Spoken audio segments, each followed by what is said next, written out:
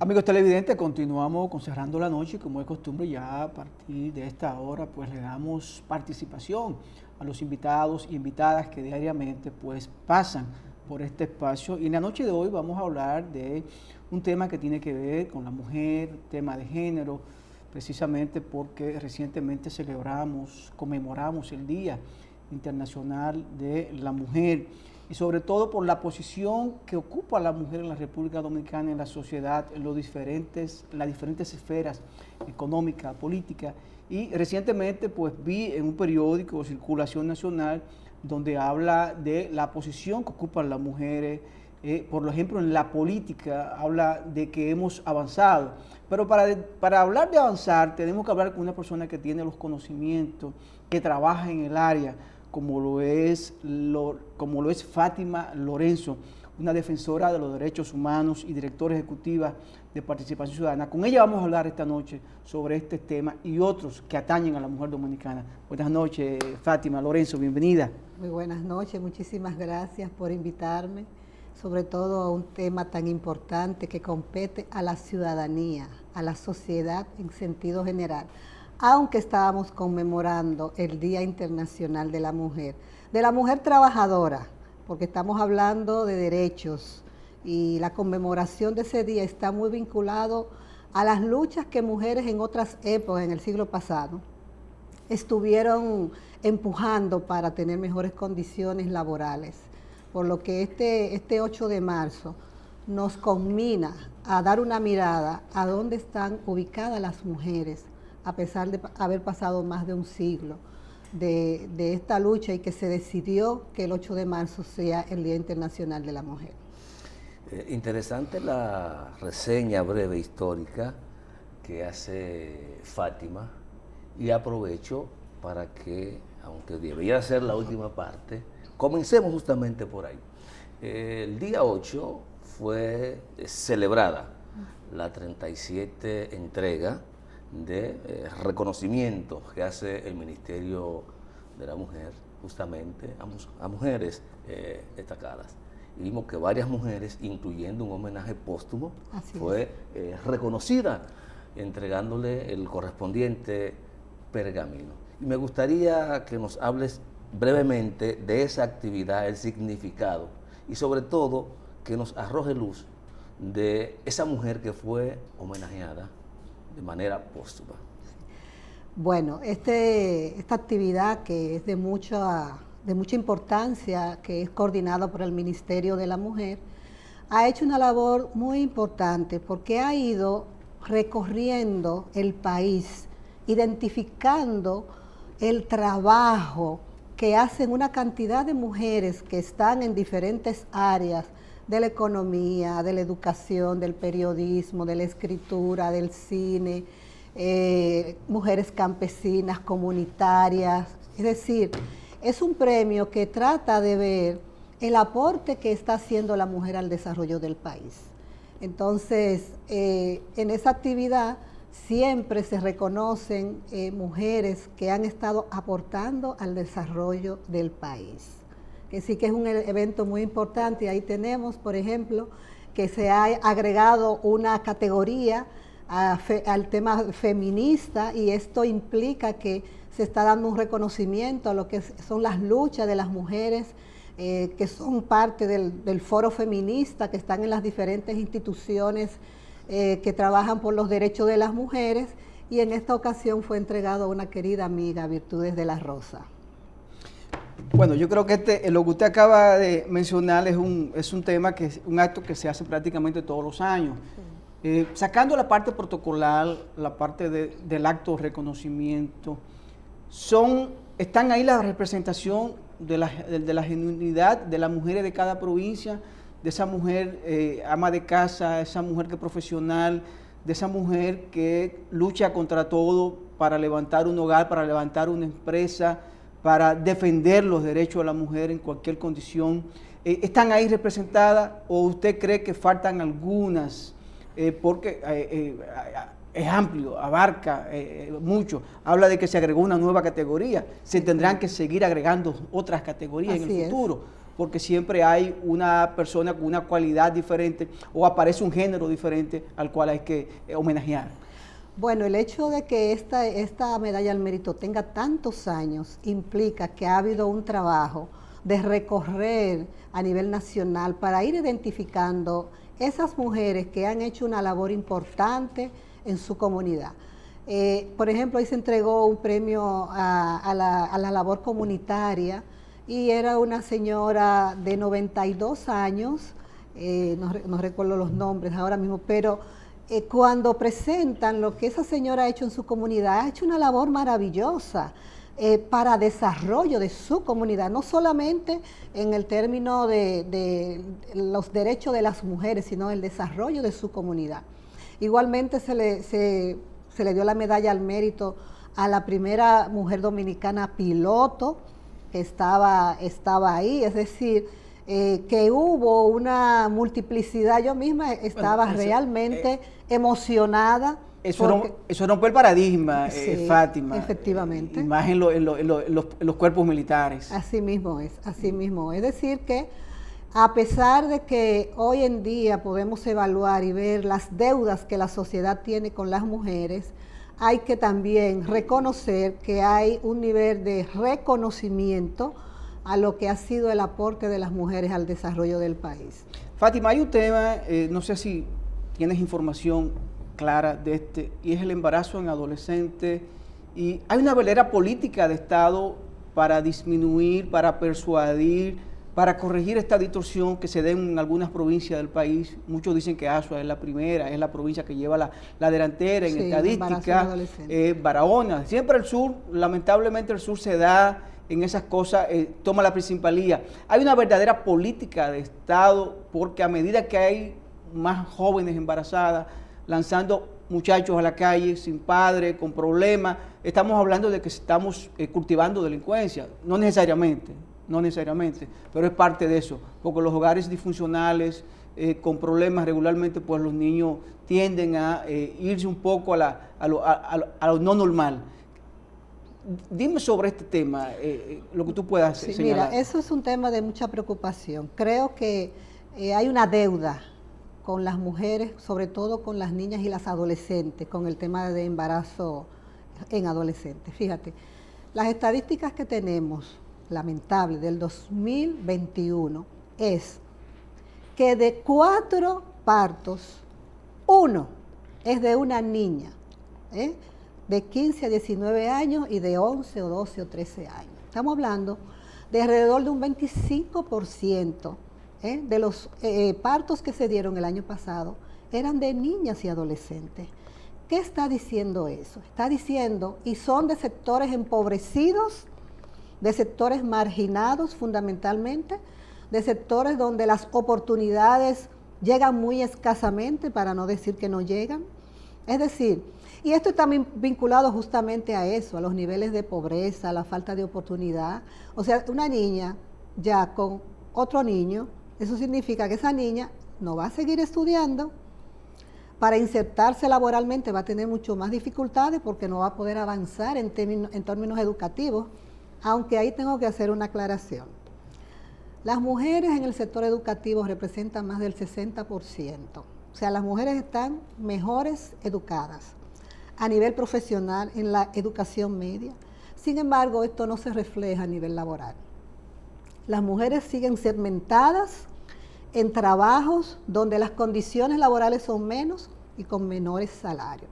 De hecho, una investigación que hizo el Centro de Estudio de Género, justamente ahora de cara al 8 de marzo, está planteando que por un salario igual, hombres y mujeres, las mujeres ganan el 82% con relación al salario del hombre por un mismo trabajo.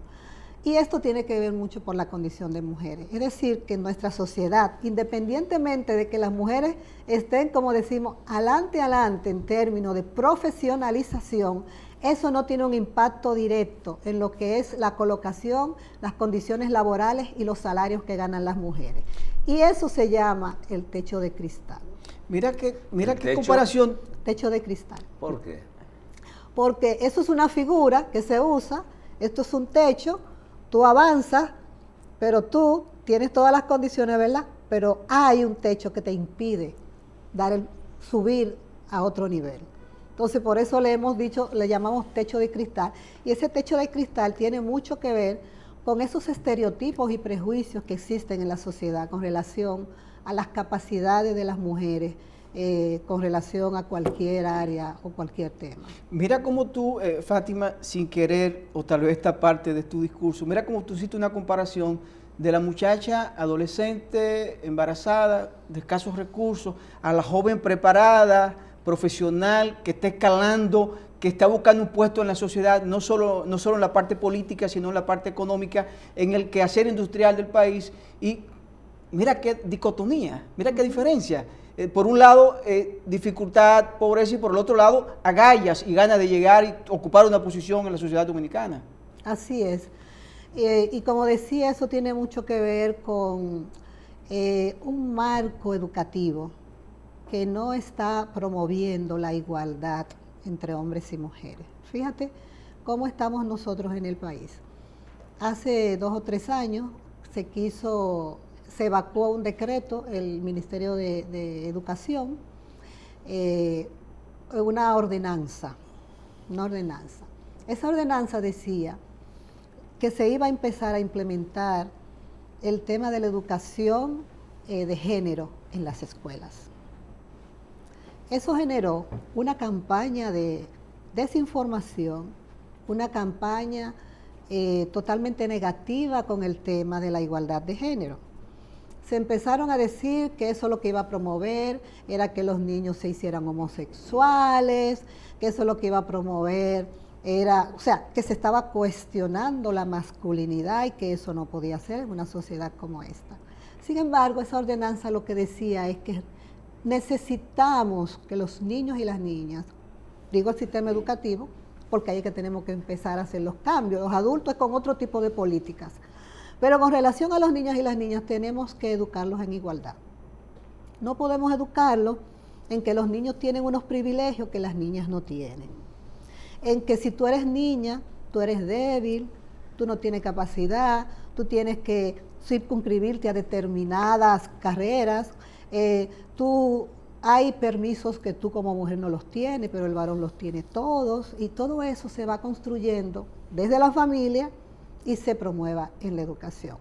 Te presentan figuras, por ejemplo, a nivel de la educación primaria, donde la niña tú la pones como enfermera, pero al niño tú le pones en un avión o encima de un tractor. Entonces todo eso va creando un imaginario en los niños y las niñas, que es lo que le va abriendo el horizonte o se lo restringe, ¿no? Entonces eso es un proceso que se da a nivel de la educación y que de la única manera que pudiera romperse es con una educación que sea inclusiva, una educación que trabaje en contra de la violencia, porque también se normaliza el tema de la violencia, una educación que hable del reconocimiento de la diversidad. Somos distintos, cada persona es un ser único, entonces hay que respetar la identidad de cada quien. Que yo pueda pensar, ser o actuar de una manera no significa que mis derechos y los tuyos no sean los mismos. Es decir, que tenemos que, ese obstáculo que tenemos a nivel de la educación es fundamental para poder crear mejores políticas públicas y para que los niños y las niñas del futuro no estén reproduciendo lo que vemos hoy. Mayra, Fátima, tú sabes que a mí no me gusta mucho el término igualdad. Yo he ido sacando de mi cabeza porque siento que la igualdad implica mucha desigualdad en la práctica. Yo prefiero hablar de equidad. Vamos a hablar un poco de equidad de género.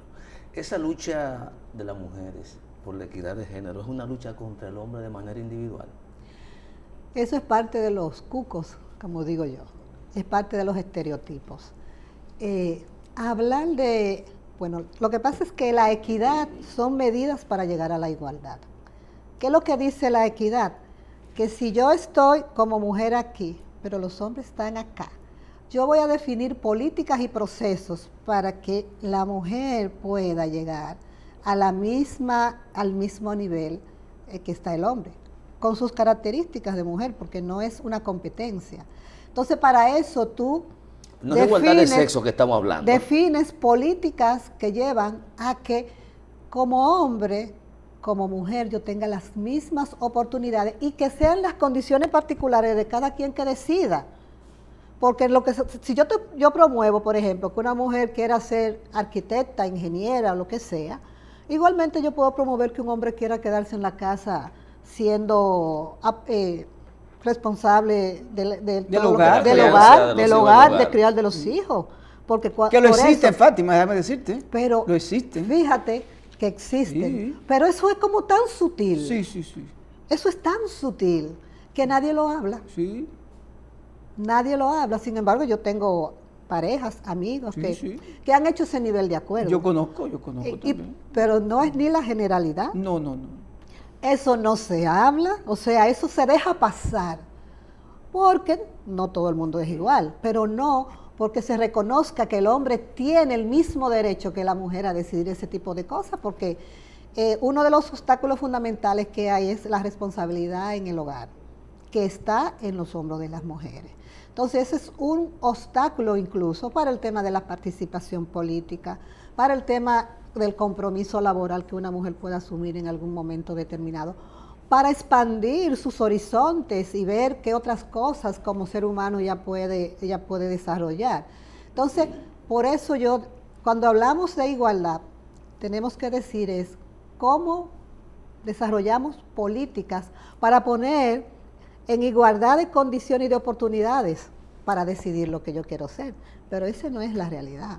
La realidad es que partimos de situaciones donde no tenemos, y tú lo ves ahí a nivel laboral, pero también tú lo puedes ver a nivel del Código Civil. Tenemos un Código Civil de ¿cuántos años? De 1800. La jurisprudencia ha ido dándole derechos a las mujeres, pero el Código Civil que nosotros tenemos es un Código Civil totalmente que la mujer no es ciudadana, es una ciudadana de segunda categoría. Vemos con el tema de la violencia intrafamiliar y de género. Tuvimos que diseñar una política, una ley, la ley 2497, contra la violencia intrafamiliar y de género. ¿Y por qué? Porque en las relaciones de pareja el hombre se sentía con el derecho de golpear, de maltratar, y cuando usted iba a poner una querella decía, miren, en pleito de marido y mujer nadie se mete, pero eso no lo decían solamente en el destacamento de la policía, eso lo dicen también en la comunidad, porque estaba normalizado el tema de la violencia.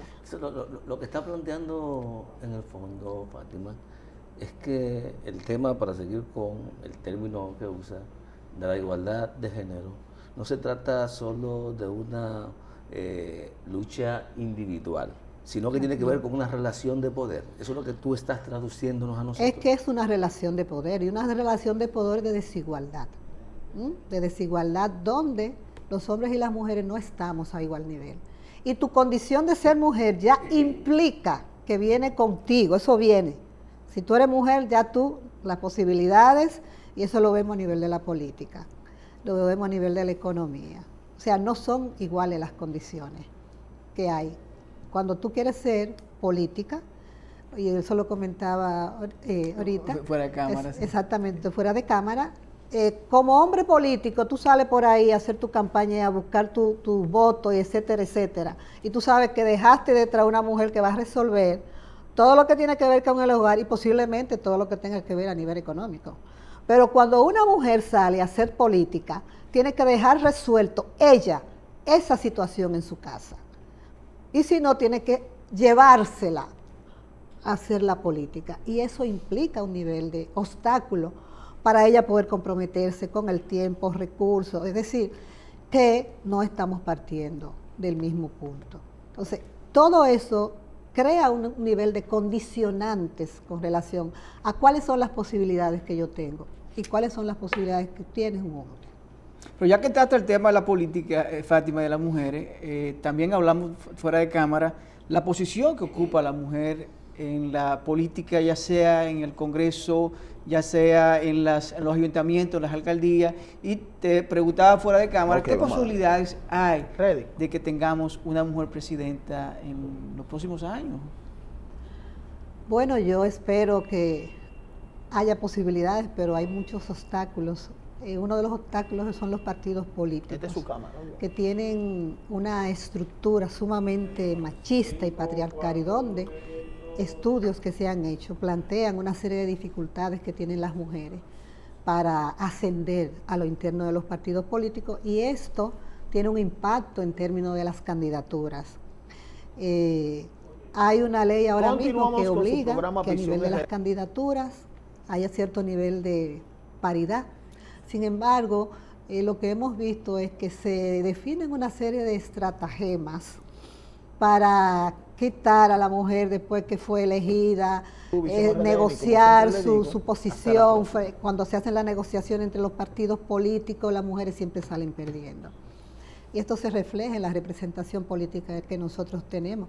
Incluso nosotros hemos retrocedido frente a años anteriores en la representación en el Congreso, en la representación a nivel del gabinete, a nivel municipal.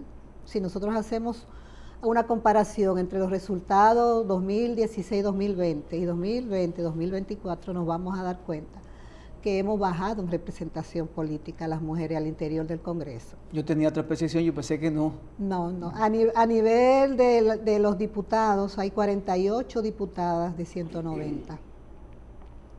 Antes habían 152. A nivel del Senado, hay 4 senadores de 32, o sea, un 12%. Y a nivel municipal, solamente hay 20 mujeres alcaldesas de 158. Es decir, que la representación política ha bajado bastante.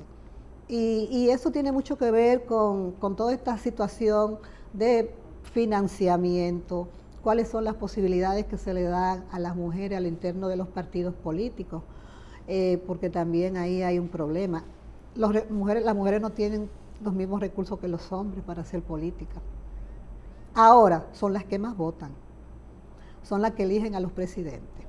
Entonces ahí hay como, hay un problema que entiendo también que las mismas mujeres tenemos que ir haciendo conciencia y no reproducir ese modelo que es el masculino, que es el que representa el poder, que es el que representa el paradigma, y hacer un paradigma mucho más amplio, donde las caras de las mujeres también huelan a poder, a decisión, a fuerza en términos de dirección, porque son prejuicios que las mujeres lo llevan donde quiera que vayan. El país es signatario de todas las últimas convenciones que se han sido aprobadas a nivel internacional y ratificadas por el Congreso. Así es. Si evaluáramos ese conjunto de convenios internacionales y las políticas públicas diseñadas en República Dominicana, ¿hay una correspondencia con las políticas públicas y lo pactado internacionalmente? Fátima, con tu permiso, luego esa pregunta interesante que te formuló Junior, vamos a la pausa para que la conteste después que vengamos de ella. Okay. Señores, conversamos con Fátima Lorenzo, defensora de los derechos humanos y además directora ejecutiva de Participación Ciudadana. Ustedes no se despeguen sus televisores. Volvemos en breve.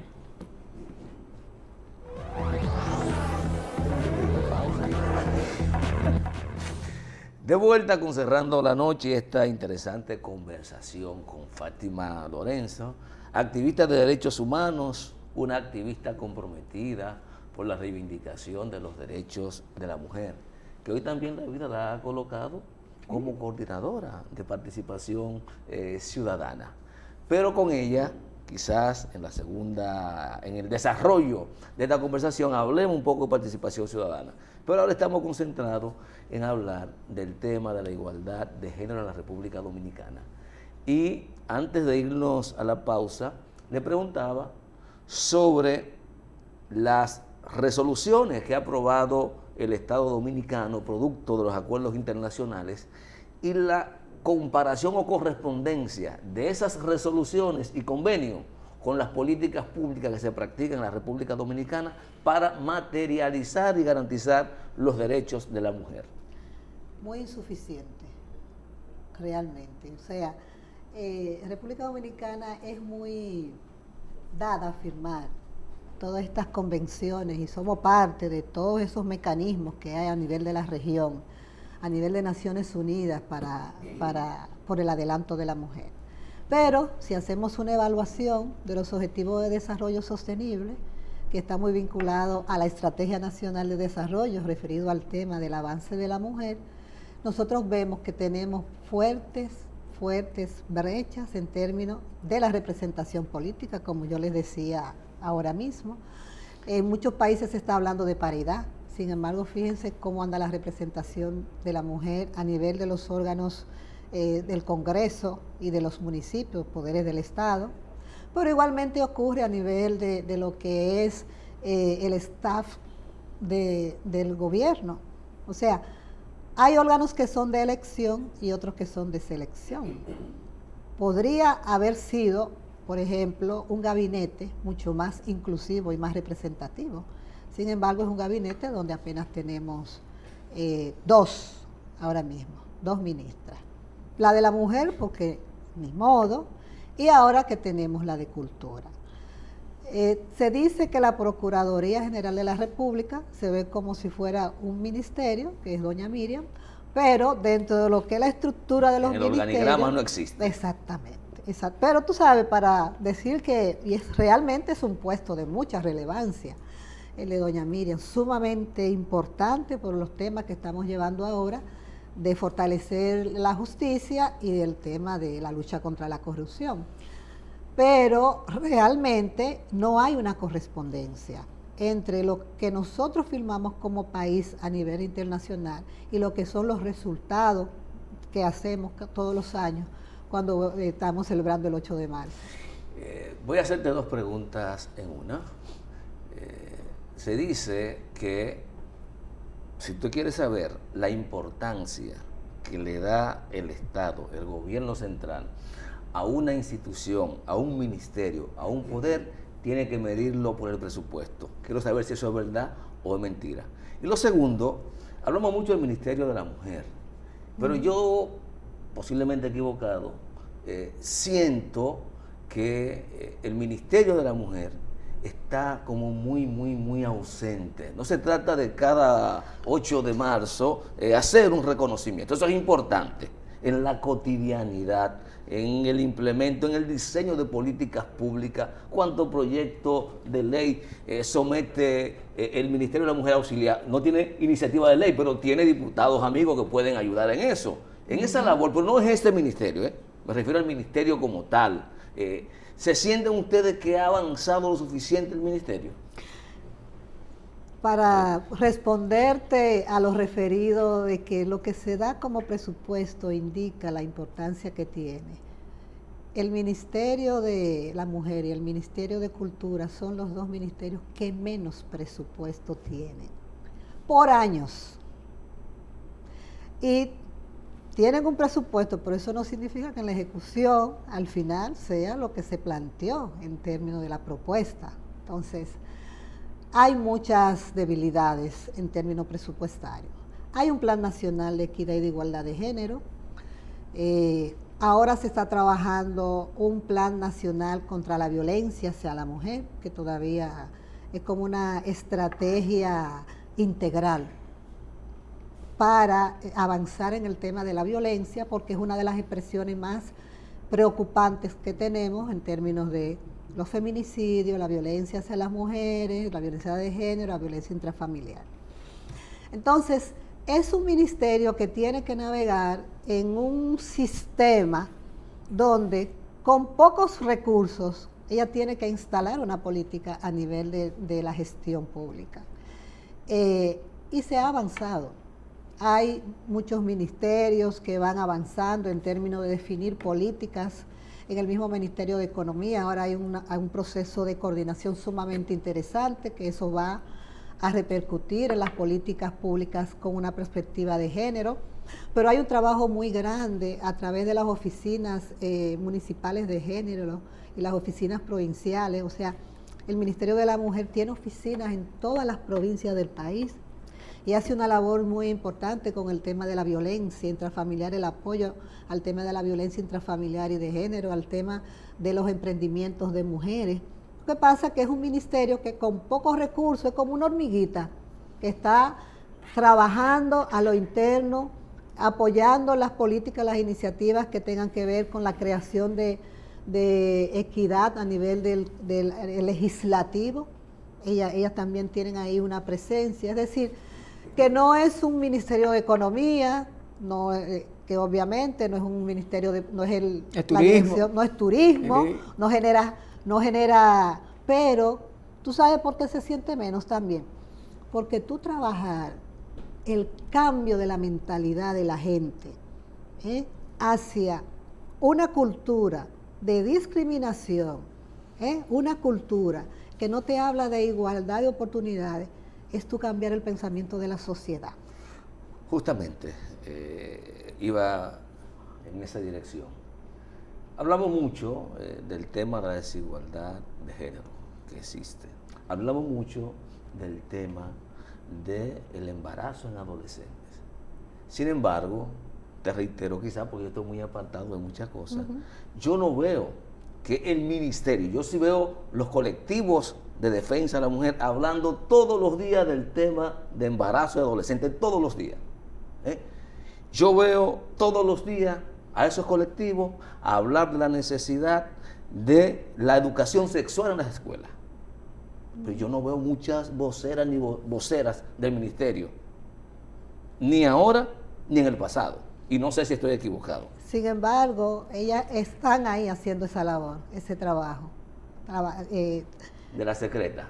No es de la secreta, lo que pasa es que no es lo mismo el movimiento de mujeres que está permanentemente haciendo presión. Pueden verlo porque a mí no me impacta porque no estoy pendiente de eso. Exacto. Bueno, eso tiene mucho que ver, pero también no es lo mismo trabajar el tema de las políticas públicas que tú trabajar desde la sociedad civil demandando que haya una política en contra de los feminicidios, demandando ahora el tema de las 3 causales, la inclusión de las 3 causales en el Código Penal, que ha sido una de las últimas luchas fuertes en la que el movimiento feminista y el movimiento de mujeres y mucha gente y muchas organizaciones de la sociedad que se han ido sumando a esta problemática para que esto sea incluido en el Código Penal. El ministerio no puede hacer eso, porque es parte del staff del Estado. Sin embargo, no significa que ellos no hayan planteado su posición al respecto, que no se hayan reunido con el presidente, que no se hayan reunido con los diputados, lo han hecho.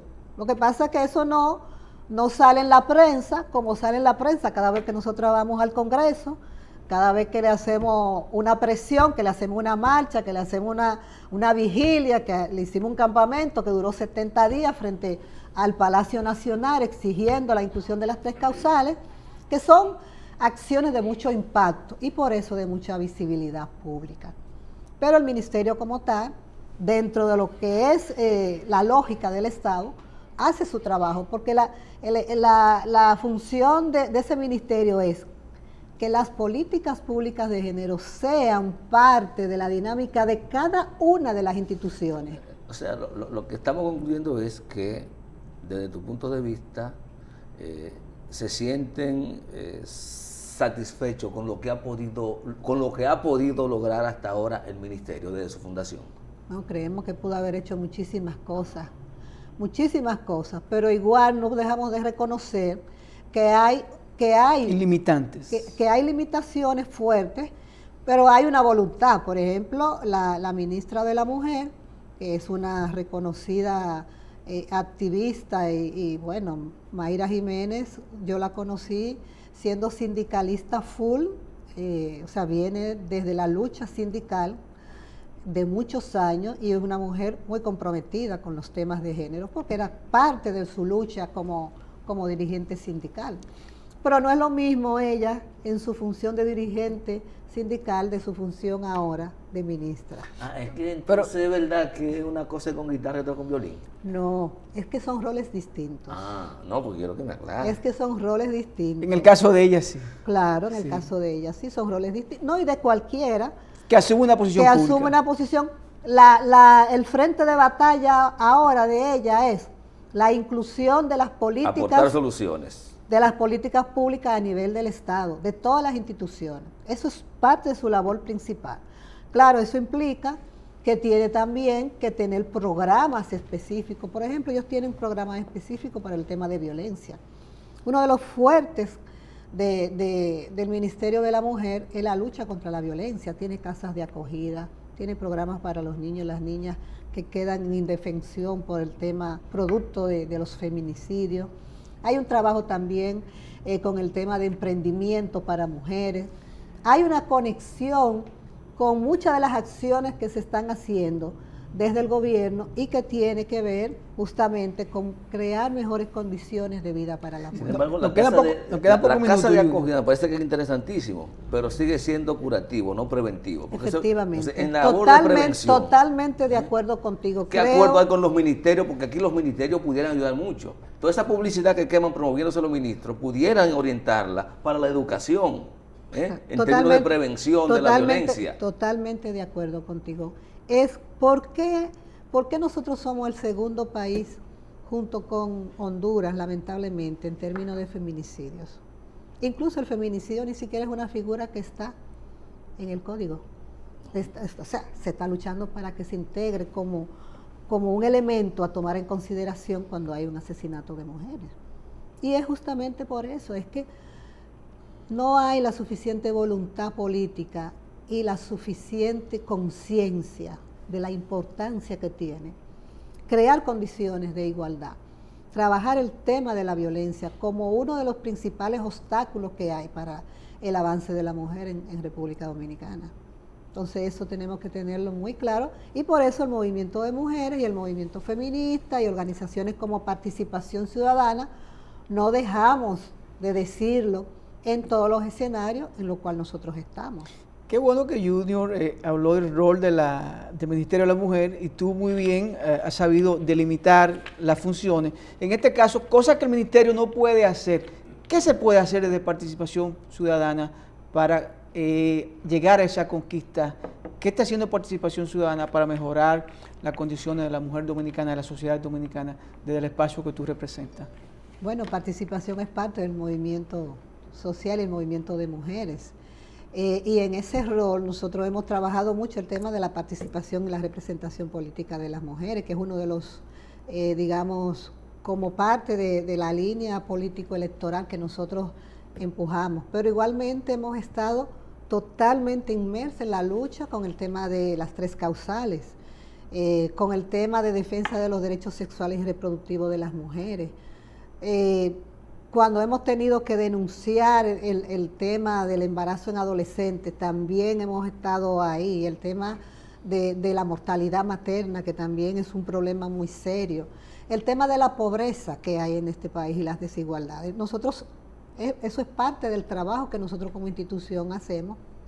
E igualmente, cuando nosotros hablamos de la lucha contra la corrupción y hablamos del tema de la transparencia, hemos denunciado en todos los escenarios como el tema de la corrupción roba recursos, que eso es algo incluso inhumano, roba recursos para ser dirigidos hacia programas que puedan mejorar las condiciones de vida, la calidad de vida de la gente, la calidad de los servicios. Y en ese sentido la calidad de vida de las mujeres, de los niños y de las niñas, que son las que más impactan. Por ejemplo, con todo el tema del COVID-19, hay estudios que hablan cómo las mujeres han sido las más impactadas con el tema de la pobreza, por ejemplo. Fátima, una última pregunta para concluir la entrevista interesante contigo. Yo sé que los amigos televidentes pues están muy a gusto, muy cómodos en esta conversación. ¿Qué impacto tiene y qué ha hecho Participación Ciudadana para disminuir la cantidad de cesáreas que se hace en el país? Que vemos que cualquier persona, cualquier joven que va a parir, una madre, inmediatamente se le practica una cesárea porque es lo más sencillo, porque es lo más rápido, porque es lo que más le conviene al médico y a la clínica. Así es. Bueno, nosotros juntos con las organizaciones de mujeres hemos estado denunciando esto.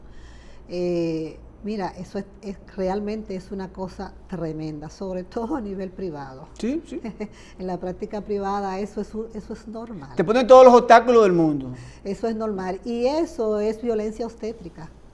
¿Violencia? Obstétrica, claro, y eso tiene que ver, es una violencia que reciben las mujeres porque te están sometiendo, claro, no es que te ponen una pistola, pero te inducen. Hay una inducción. te inducen a que... Y un miedo. Exactamente, y van generando como todo un ambiente para que la decisión sea una cesárea, por eso nosotros hablamos de violencia obstétrica. Y eso afecta a las mujeres, porque no es lo mismo tú... En su cuerpo también. Pero claro, no es lo mismo tú dar a luz de forma natural, con el cuerpo hace su proceso, a tú tener que hacer una operación quirúrgica, porque una cesárea es una operación quirúrgica y ya eso tiene muchísimas otras implicaciones. Entonces eso es parte de las denuncias que hemos estado hoy acompañando a las organizaciones de mujeres en esa denuncia, porque obviamente ese no es un tema que haya sido tratado ni se le haya buscado la solución a esa problemática. Fátima, gracias por haber aceptado nuestra invitación y compartir con los amigos televidentes de Cerrando la Noche pues tu experiencia y tu vida en la lucha femenina. Gracias. Gracias a ustedes y estamos a las órdenes. Qué bueno. Señores, conversamos con Fátima Lorenzo, defensora de los derechos de la mujer y además directora ejecutiva de Participación Ciudadana. A ustedes gracias por la sintonía. Este equipo encabezado por Junior Espinosa y quien les habla, Giovanni Almonte, nos despedimos y hasta mañana.